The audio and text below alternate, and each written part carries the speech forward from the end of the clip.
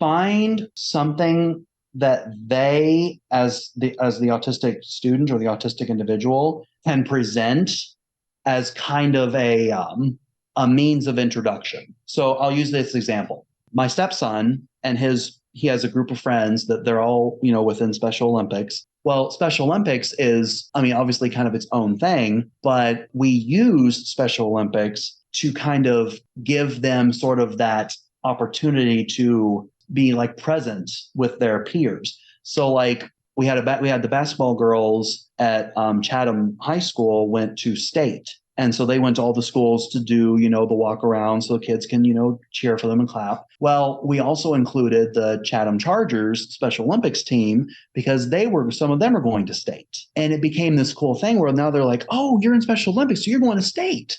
That gave them sort of that in to have a conversation. It's like, oh, you play basketball? What do you play? Like, what position? Or, do you like basketball? And, giving them kind of that in to talk and finding a way to create a special, like a similar interest. So for me, I think getting children involved in groups or projects and organizations where they can interact with their peers and have similar interests is huge. It's huge. And I think, by introducing them as, hey, this is my friend Taylor. Taylor really likes to play video games. And I know you like to play video games. And then you guys can start a conversation about video games and, say, oh, yeah, I love video games. I like, and then talk about, oh, I like to play one of my favorite video games ever is Animal Crossing.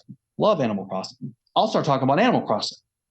And then that turns into a conversation of, oh my gosh, I love that game. Then we talk about, what we do in that game and all this. And they say, well, when did you start playing? And then I'll be like, oh, I started playing in 2020, when the pandemic happened.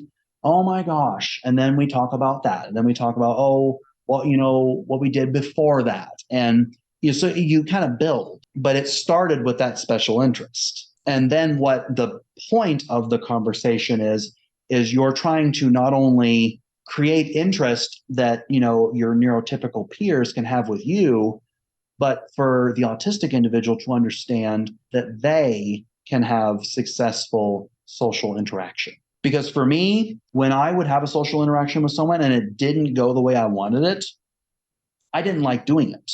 I'm like, ooh, well, I tried to talk to this person and it didn't work.